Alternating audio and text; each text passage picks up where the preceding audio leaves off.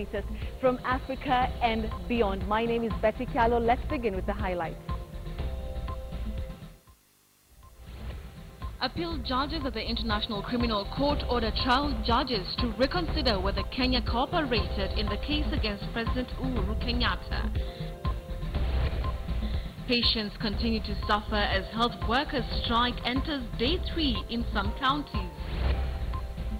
Requiem held for Diani Beach drowning victims.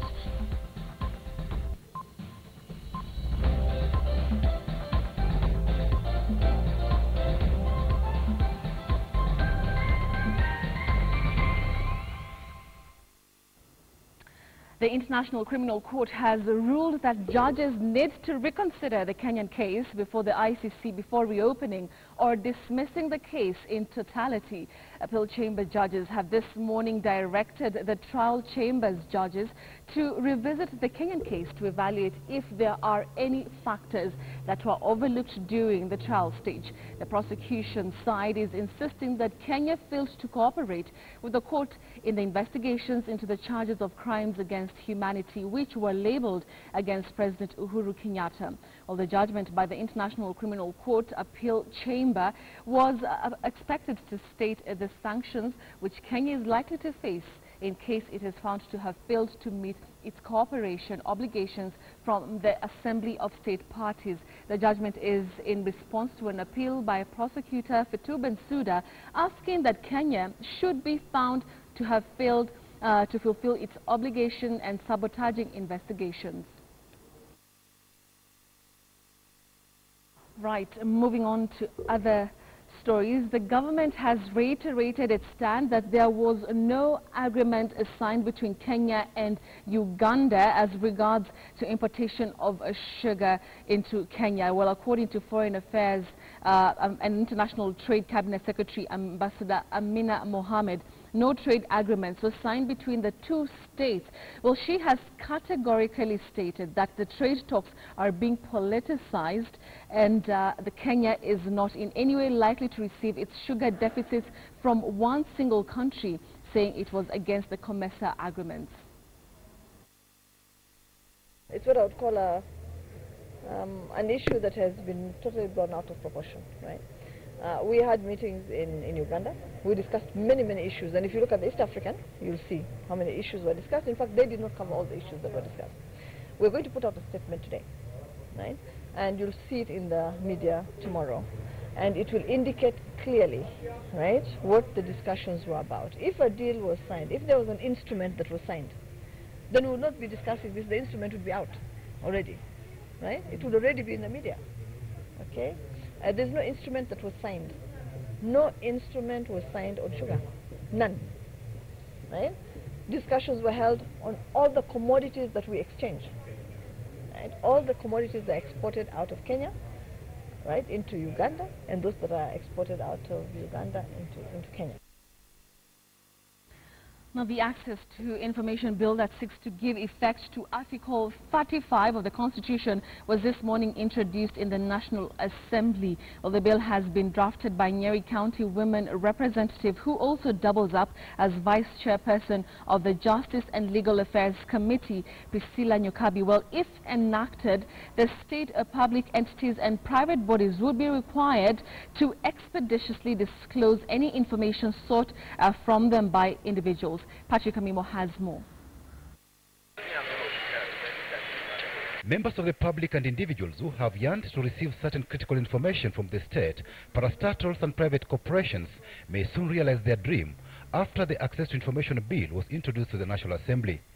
Very soon, members of Parliament will have opportunity to deliberate on its provisions on its second reading. According to the initiator of the bill, Priscilla Nyokabi, the bill will require all public entities and private bodies to proactively disclose information that they hold on request in line with the constitutional provisions. Nyokabi argues the bill aims to promote routine and systematic information disclosure by players in the public and private service to ensure constitutional principles of accountability, transparency and public participation. The bill provides for the protection of whistleblowers who release information of public interest in good faith. According to the bill, access to information held by a public entity or private body shall be provided expeditiously and inexpensively. The bill also provides timelines within which the information should be disclosed. The maximum period for disclosure is set at a maximum of 3 weeks. But where information sought concerns the life or liberty of a person, such information must be provided within 48 hours. Applicants seeking complex information or those related to a large volume of information will get such information within 15 working days from the time of application. The bill will also compel the state and all public bodies to publish all relevant facts while formulating important policies or announcing decisions which affect the public in the best interest of natural justice and in the promotion of democratic principles. Before initiating any project or formulating any policy, scheme, program or law, the state will be compelled to publish or communicate to the public in general or to the persons likely to be affected by such laws or policies. However, the bill has spelled out cases where information could be withheld. Some of these include where the information is likely to undermine national security or impede the due process of law or endanger the safety or life of any person. Other circumstances where information could be withheld include where the information is likely to involve unwarranted intrusion into the privacy of an individual. Also, information may be denied in cases where it will infringe on the commercial interest, including intellectual property rights of entities. The Commission on Administrative Justice or the Ombudsman's Office would be given the powers to oversight and enforce the Act. Patrick Amimo, KTN News. Anglican Church of Kenya Archbishop Eliud Wabukala has called for sobriety in addressing challenges afflicting sugar farmers in Western Kenya. The calls came as politicians continue to engage in a war of words after the government allowed Uganda to export sugar to Kenya. The Lord of Poverty, and that is Honorable Raila Odinga, has been thriving. He has been the Lord of Poverty, has been thriving on the same dynamic which impoverished hard-working farmers. He should carry his own cross, and he needs to go to many churches the way he's doing of late, going to churches every Sunday in different parts of the country. As I think is part of the repentance he's doing, but God has not yet spoken to him.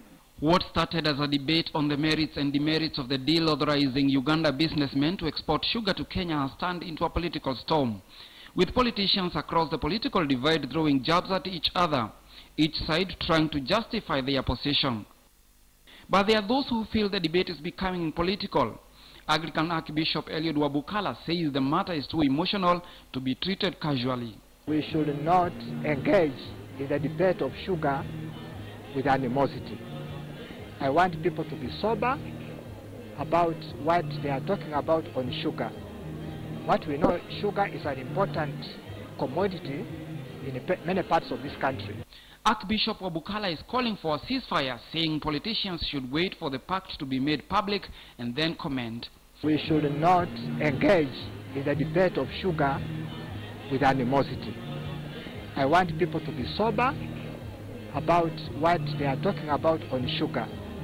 What we know, sugar is an important commodity in many parts of this country. But as we look at the overall economy of this country and our relationship with our neighbor countries, it's important that politicians talk soberly on issues that affect our coexistence with the other nations. The Archbishop expressed concern that corruption has reached alarming levels and repeated his calls to have the vice declared a national disaster. A requiem mass for the 7 pupils who drowned in Diani last week is currently being held at the St. Mary's Cathedral Church in Muranga. The bodies will then be released to their respective families for burial. The mass is being presided over by Muranga Bishop James Maria Wainaina. Another special mass was held on Saturday. The 7 were among 56 Class 8 pupils from St. Martin Boys on an academic tour of Mombasa before the accident occurred. 49 of their colleagues survived the incident. Let's just take a look at what's happening there currently. Awe na nini hata vile watoto wenu wameenda. Watoto walikuwa wengi, Mungu alitusaidia tu tukawa kuna wale ambao tuliweza kusave. Kwa hivyo ningesema tunawaombea na tuzidi kuomba. The issue of death ni kitu ambayo imejificha sana. And all of us one day we will go. But how? It is still remains a mystery. Even today we are all candidates of death. Myself, I am a candidate, and even all of us here. So we don't know how or when it will happen. So the best thing we can do is to pray God so that He can protect us, so that when we die, we will go to heaven. And what the things we'll do, especially for ourselves as leaders, that we may have touched so many lives and we will remain to be remembered.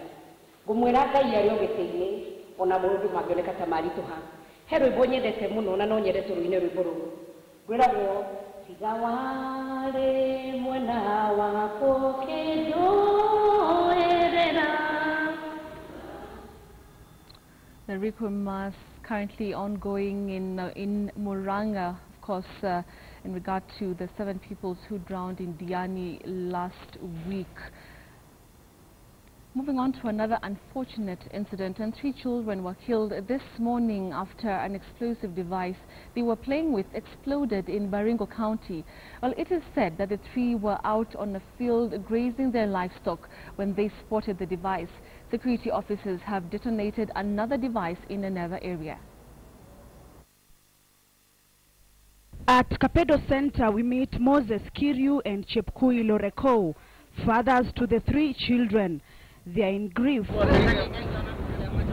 Both had left their children to look after the family herd Monday morning before the tragedy befell them at Solar area. Alipokaribia karibu na punda akasikia milipuko. Alipofika pale kwa hiyo muda kidogo akakuta watoto wote wameaka. Watoto yangu alienda mahali yao. Hata juu kitu watoto bado mdogo sana. Lost in despair, the family says the accident should have been avoided. So wale wa mama ya hao watoto wenye wameaka wako sasa wamefungwa kwa kamba wasichinyonge. Wako na uchungu mwingi, wanataka kuchinyonga lakini wamefungwa kwa makamba kule nyumbani. Baringo County Commander Peter Ndungu confirmed the incident. We had even had previous history of explosive devices in the same area. Some orders the Second World War, so we cannot just pin down and say it was left behind until we get results of the test from. And as the police officers took the victim's body to the morgue, GSU officers based in Kapedo made their way to another area about 5 kilometers from the scene, Party Village Accurate Division. This is another explosive device that had been spotted here by the residents and reported to the police. East Pokot OCPD Joseph Moniki Ireri referred the device to an old big bomb that might have been used during the First World War, and the officers were here to detonate it. But residents say they still fear for their lives. Let's go back to one of our top stories today. And the International Criminal Court has ruled that judges need to reconsider the Kenyan case before the ICC before reopening or dismissing the case in totality. Appeal chamber judges have this morning directed the trial chamber judges to revisit the Kenyan case to evaluate if there are any factors that were overlooked during the trial stage. The prosecution side is insisting that Kenya failed to cooperate with the court in the investigations into the charges of crimes against humanity which were labeled against President Uhuru Kenyatta. The judgment by the International Criminal Court Appeals Chamber was expected to state the sanctions which Kenya would likely face in case it's found to have failed to meet its cooperation obligations. The Appeals Chamber finds that the trial chamber erred in the exercise of its discretion by conflating the non-compliance proceedings against Kenya with the criminal proceedings against Mr. Kenyatta, by failing to address whether judicial measures had been exhausted, and by assessing the sufficiency of evidence and the conduct of the prosecutor in an inconsistent manner. to health matters and operations in health institutions across 3 counties remain paralyzed after health workers downed their tools over unpaid dues. Health workers in Nyeri, Nandi and Eldoret went on strike to push for better working conditions. They are also protesting salaries and payments of statutory deductions like the NSSF, NHIF and HELB loans. Nandi Governor Cleophas Lagarde has called on the county assembly to cut short an untimely 2-week recess and pass the county's budget to enable him pay the salaries. The Nyeri County government has been holding meetings with union officials to order to solve the problem.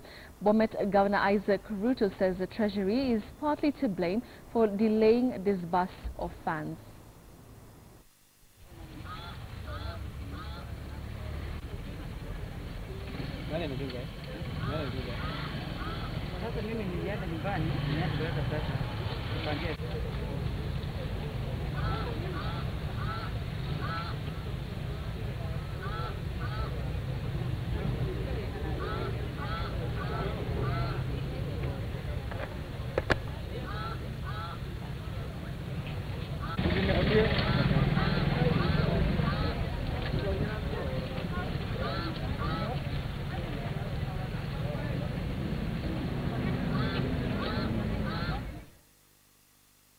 Nairobi Governor Dr. Evans Kidero says Nairobians should brace themselves for heavy rains in the coming few weeks.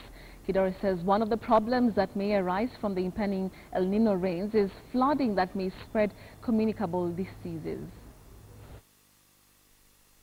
A few months ago we had fairly heavy rains approaching El Nino, but they were not quite El Nino. And followed with that, I mean, from the health side, it was followed by cholera, especially in our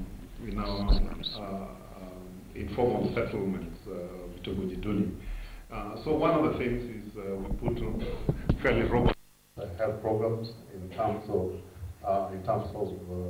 ensuring that our sanitation, especially in these areas, in Kibiria, we just drawn one main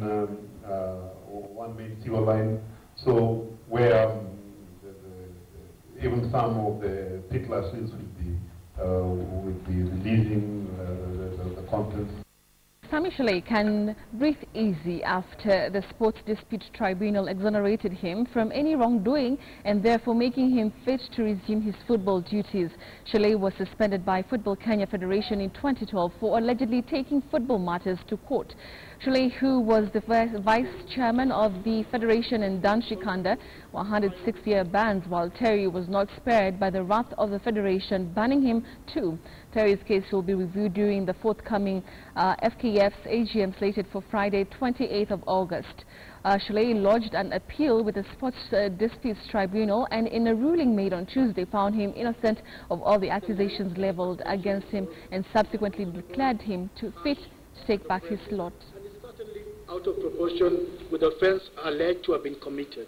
An order that the alleged and procedural and lawful suspension of Mr. Shulei from football-related activities for 6 years is oppressive, unreasonable and malicious. I expected this.